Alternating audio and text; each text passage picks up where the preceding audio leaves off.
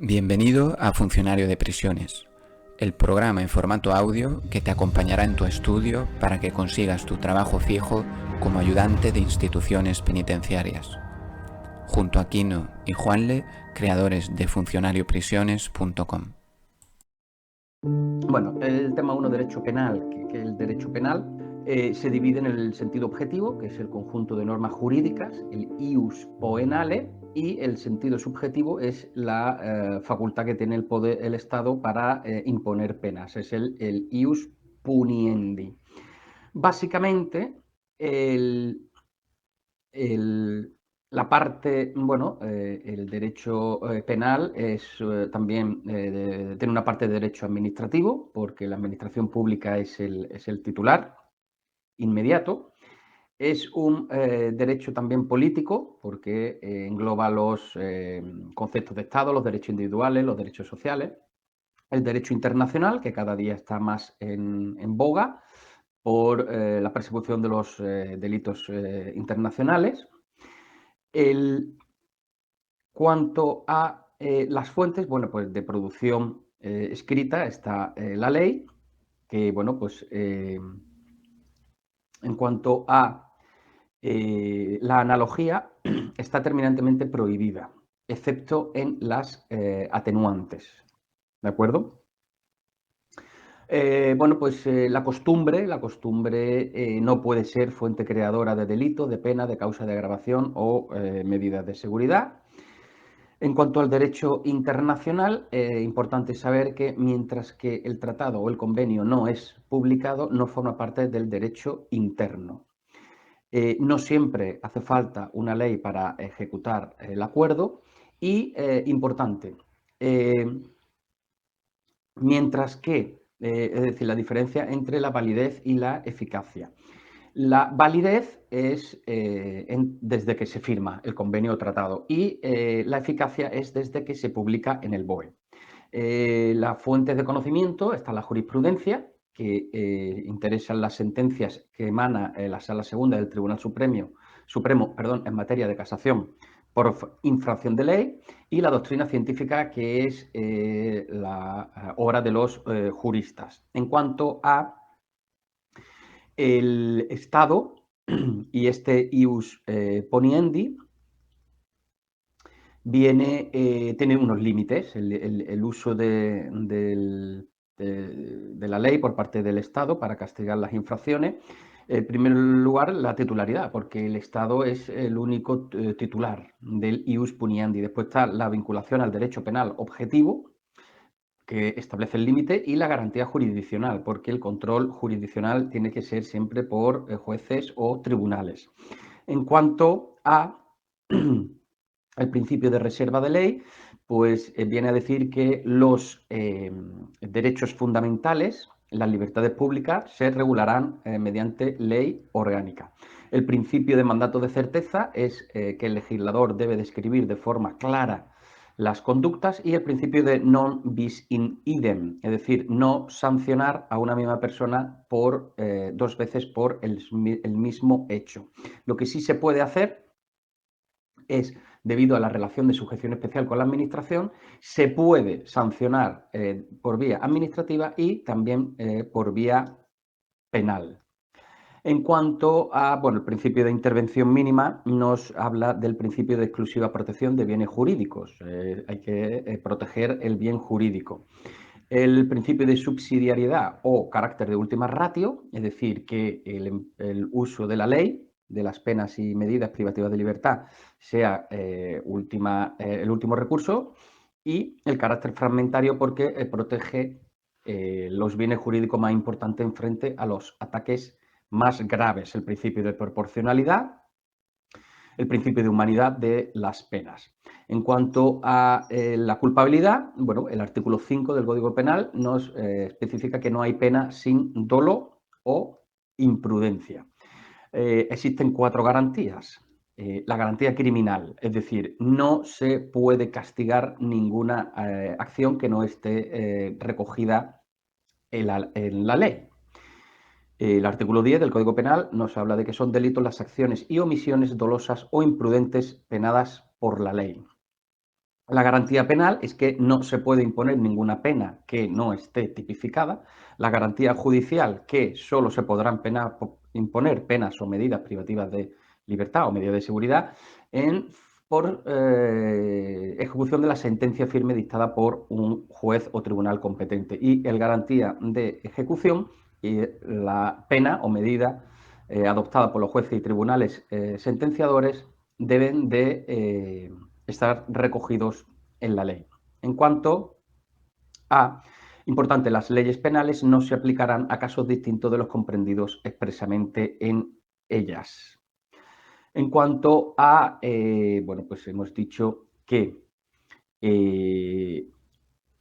las medidas de seguridad se fundamentan en la peligrosidad criminal del sujeto al que se le imponen exteriorizada en la comisión de un hecho previsto como delito. Las medidas de seguridad no pueden ser más gravosas ni de mayor duración que la pena abstractamente aplicable. Bien, hay una serie de principios. El principio de especialidad. Bueno, pues el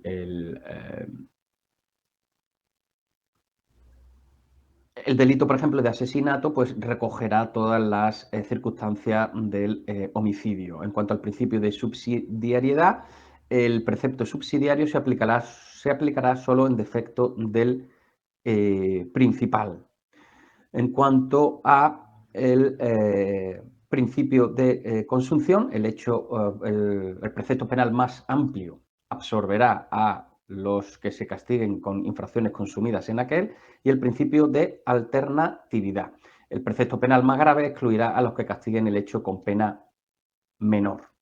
Bien, en cuanto a el Código Español, Código Penal, en España se aprobó por la Ley Orgánica 10/1995 de 23 de noviembre, se publicó en el BOE el 24 de noviembre, un día después, y la entrada en vigor se produjo a los 6 meses de la publicación en el BOE, es decir, el 24 de mayo de 1996.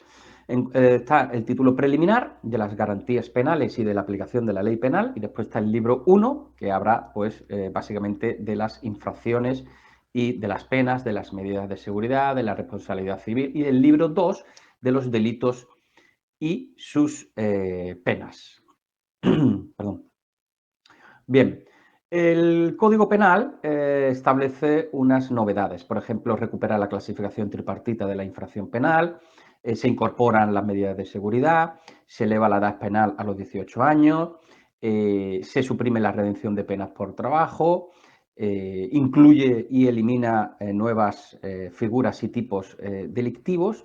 Y en cuanto a las modificaciones, la más importante es la Ley Orgánica 15/2003, en la que se hace una reforma importante. La duración mínima de la pena de prisión pasa de 6 a 3 meses.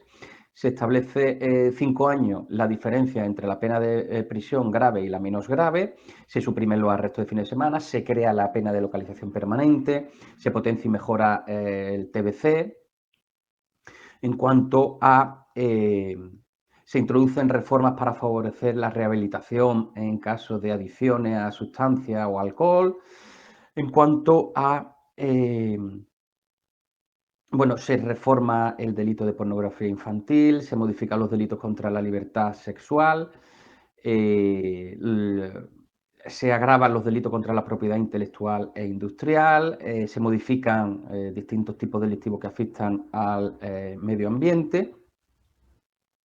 Y la otra modificación importante es la Ley Orgánica 5/2010, en la que se incluye la libertad vigilada, se otorga un mayor protagonismo a la pena de localización permanente.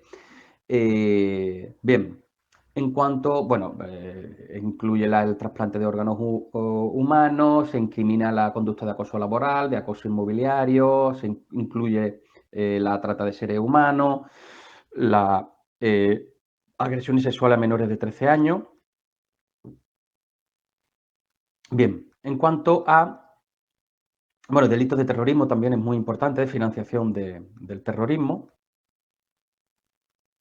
Y por último, la otra reforma importante es la Ley Orgánica 1/2015 del 30 de marzo, porque se introduce la prisión permanente revisable, se suprimen las faltas. Y bueno, básicamente con sabernos estas modificaciones pues ya es suficiente. Bueno, la vigencia formal de una ley comienza con su entrada en vigor y termina con su derogación. Y la vigencia material consiste en la aplicación de la ley a los hechos ocurridos bajo su mandato. En cuanto a la retroactividad de las leyes, están terminantemente prohibidas, excepto si favorecen al reo. Si hay duda en que la ley penal más favorable, será oído el reo. Los hechos cometidos bajo la vigencia de una ley temporal serán juzgados, sin embargo, conforme a ella, salvo que se disponga expresamente lo contrario. Hay un ámbito espacial también, el principio de territorialidad, es decir, la soberanía estatal. Cada país pues, puede juzgar los delitos cometidos en su soberanía, en su territorio. Se considera tanto la península como las islas, las aguas interiores, que va una línea de 12 millas náuticas desde la línea de baja mar, el espacio aéreo, los buques y las embajadas. ¿Cuándo hay excepciones a la territorialidad? Pues bueno, por ejemplo, los tribunales españoles pueden conocer del delito que hayan cometido fuera de España, siempre que hayan sido por españoles o que han conseguido la nacionalidad, siempre que el hecho en cuestión, pues el hecho punible sea considerado como tal en el lugar de ejecución y que se interponga una querella ante los tribunales españoles. Obviamente que el delincuente no haya sido absuelto, indultado o penado por el mismo delito. En cuanto a, hay una excepción también, el principio real o de protección, también llamado principio de defensa. Y bueno, pues protege porque puede enjuiciar, aunque a los españoles o extranjeros que hayan cometido fuera del territorio nacional delitos contra la paz o la independencia del Estado, contra la corona, de rebelión, de sedición, falsificación de moneda, atentado contra autoridades o funcionarios públicos españoles. Y después hay un principio de justicia universal o de comunidad de intereses que, pues bueno, la jurisdicción española puede conocer hechos cometidos por españoles o extranjeros fuera del territorio nacional, si son de genocidio, crímenes de lesa humanidad, delitos de tortura, de desaparición forzosa, de piratería, de terrorismo. Bien, en cuanto a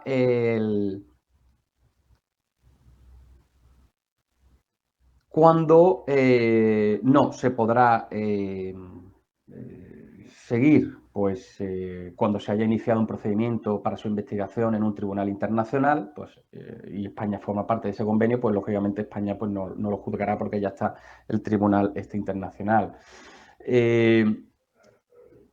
Bien, en cuanto a